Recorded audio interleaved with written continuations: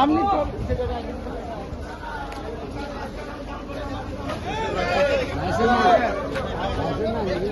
ফেডারেশনের কেউ নাকি হ্যাঁ দেখি দেখি ফেডারেশনের কেউ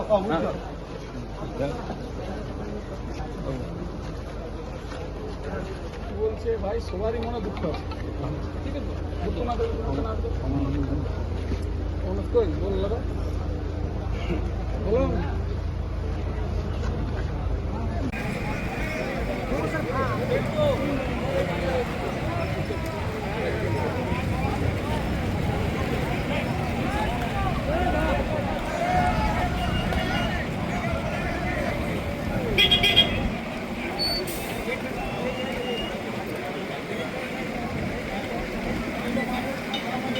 আমার লাইসেন্সটা কোথায় আছে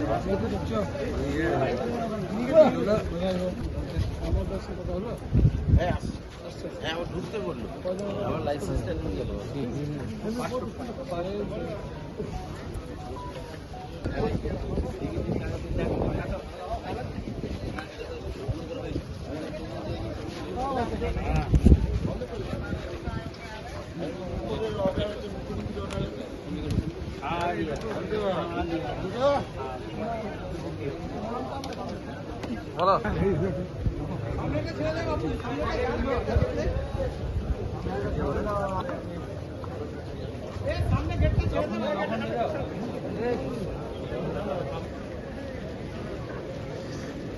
आप लोग उस साइड होइए एक साइड होइए एक साइड हो जाए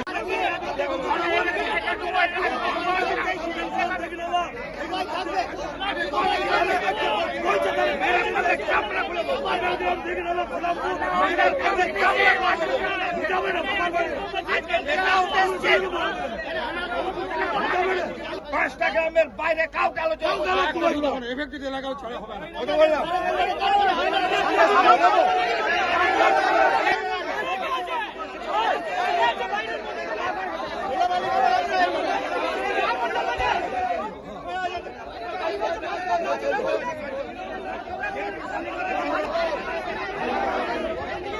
পাঁচটা গ্রাম নিয়ে করবে বলছে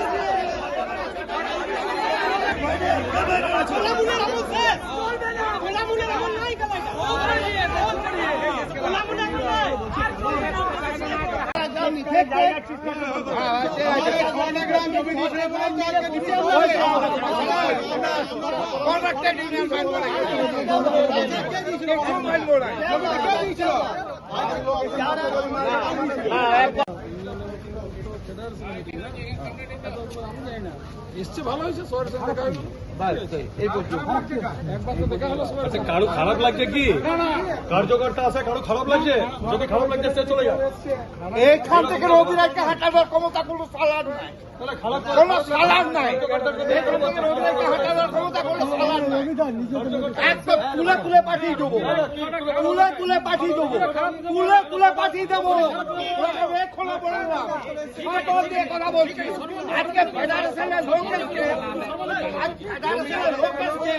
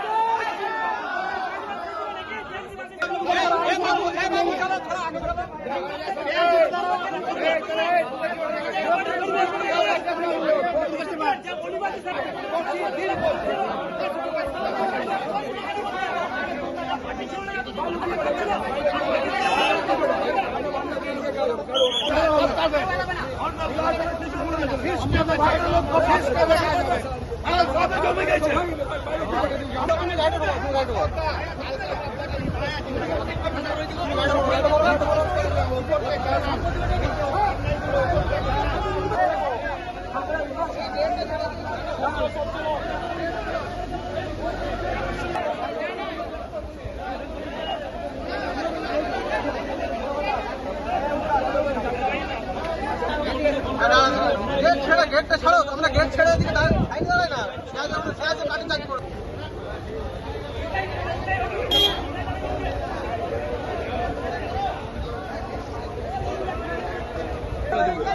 যাও, আমি কথা দিচ্ছি, আমি কথা দিচ্ছি, যাও যাও, আমি কথা দিচ্ছি, যাও, আমি কথা বলবো, ভদ্রভাবে কথা বলবো, গেটে এসে লয়, হ্যাঁ, ভালো করে বললে পরে কথা দিতাম, ভালো করে বললে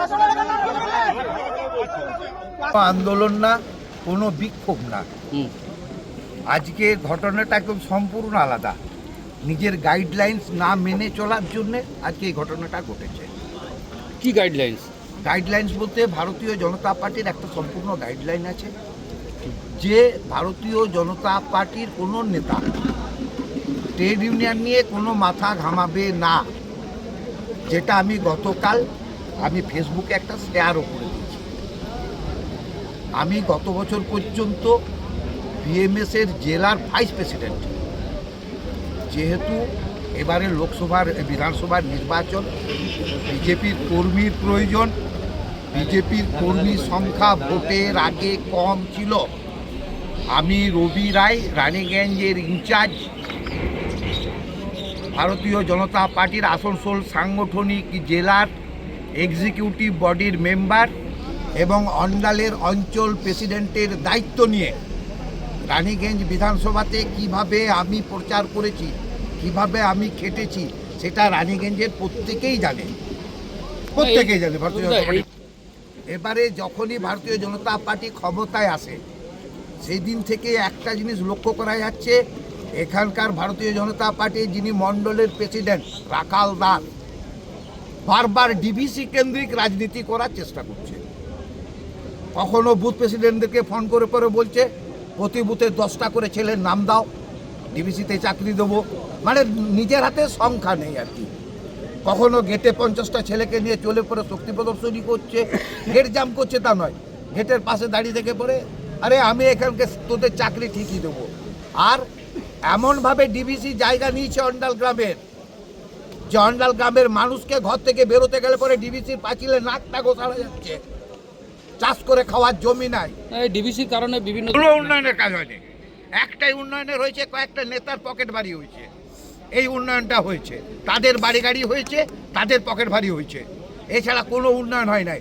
আজ আমাদের গ্রামে হাজার হাজার ছেলে বেকার, তাদেরকে বাইরের জায়গাতে বাদাম বিক্রি করতে দেওয়া হয় না, কারণ বাজারে একটা তৃণমূল প্রচার করে দিয়েছিল অন্ডাল ডিভিসি। তাহলে এতদিন তারা কারা কাজ করতে ভিতরে? এত বাইরের লোক কাজ করে, আজও বাইরের লোক কাজ করে, আজও 500-র ওপর বাইরের লোক আনস্কিল লেবার আছে যারা কাজ করে, আজও 100-র বেশি বাইরের লোক আছে যারা বসে বেতন নেয়।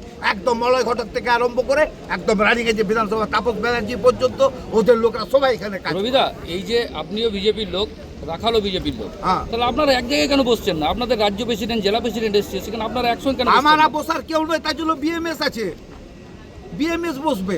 ও খালি শক্তি প্রদর্শন, আজকে আমি কিন্তু গেটে আসিনি, ও খালি শক্তি প্রদর্শনী করার জন্য এখানে এসে পরে রাজনীতিটাকে অন্যরকম করার চেষ্টা করছে। হাস্যকর বিষয়, আমরা এখানে শক্তি প্রদর্শন করতে আসিনি। শক্তি প্রদর্শন কে করেছে আপনাদের হয়তো ক্যামেরায় ধরা পড়েছে। আমরা এসেছিলাম, আমাদের স্টেট প্রেসিডেন্ট এসেছেন বিএমএসের, উনি ডিভিসির ভেতরে গিয়ে মিটিং করবেন এবং আপনারা জানেন কালকেই ওনার নামটা ঘোষণা হয়েছে এবং তার সঙ্গে দেখা করা এবং তার সম্বর্ধনা করার আমরা পরিকল্পনা নিয়ে এসেছিলাম। আমাদের সঙ্গে 15-20 জন এসেছিলাম সঙ্গে কার্যকর্তারা। এবার জানেন আমাদের বিজেপির যারা নেতৃত্ব হন যদি আসেন, তাদের সঙ্গে একটু সেলফি তোলা এবং তাদের সঙ্গে কথাবার্তা বলা, আমাদের কার্যকর্তাদের উৎসাহিত করা। এটাই মেন মোটিভ ছিল। কিন্তু হঠাৎ করে দেখলাম যে এখানে অন্যরকম একটা কথাবার্তা বাতাবরণ তৈরি করলেন। তো কে? রবি রায় যথা ওখানে দাঁড়িয়ে নেতৃত্ব দিচ্ছিলেন, বিষয়টা খারাপ লাগলো।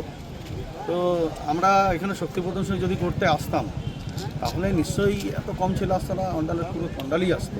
কারণ বেকার যুবক প্রচুর আছে। আপনারা জানেন আমরা সবসময় আমরা বলে এসেছি এবং আমি বলে এসেছি যে সিন্ডিকেট চলবে না। সিন্ডিকেট যেখানে যেখানে সিন্ডিকেট আছে আমরা এখানে অ্যানাউন্সমেন্টও করে গেছিলাম যে কোনো রকম সিন্ডিকেটের প্রশ্রয় দেওয়া যাবে না। তৃণমূলে যারা কাজ করছে এখানে তারাও থাকবেন।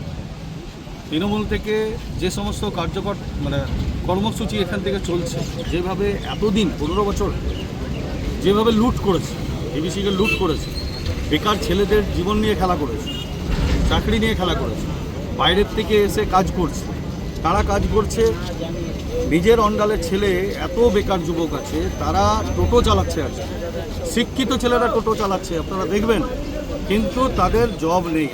আমাদের অন্ডালের বুকে এত বড় ডিবিসি, সেখানে কয়েক হাজার লোক কাজ করে, কিন্তু সকলে বাইরের থেকে এসছে। কেন? আমাদের লড়াইটা প্রথম থেকেই ছিল। আমরা যখন বিরোধীতে ছিলাম তখনও আমরা লড়াই করেছিলাম যে ডিবিসিতে কাজ চাই, ছেলেদের কাজ চাই। তো আজকে যখন আমাদের এসছে সরকার, তখনও যদি ওই সিন্ডিকেট বাহিনী, তৃণমূলেরই বাহিনী কাজ করে, খালি ঝান্ডাটাই চেঞ্জ হয়ে যাবে, তা তো হতে দেওয়া যাবে না।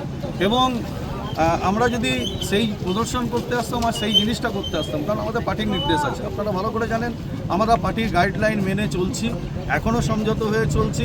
কারণ পার্টির গাইডলাইন আছে, ওনারা বসবেন। এই যে আমাদের দেখুন প্রতিনিধিরা এসছেন, ওনারা গেছেন বসতে, তারাও ভেতর থেকে যেভাবে আমাদেরকে এসে বাইরে বলবে যে এই পরিকল্পনায় আমাদের কাজ হবে, সেভাবেই হবে। তাদের কথা অনুসারে ছেলে কিভাবে নেবে না নেবে, কিভাবে জয়েন হবে, তারা যেভাবে নেতৃত্ব দেবেন সেই নেতৃত্বে কাজ হবে। আমাদের নেতৃত্ব যেটা বলে সেটাই আমরা করি, আমরা নিজের থেকে কোনো ডিসিশন নিই না।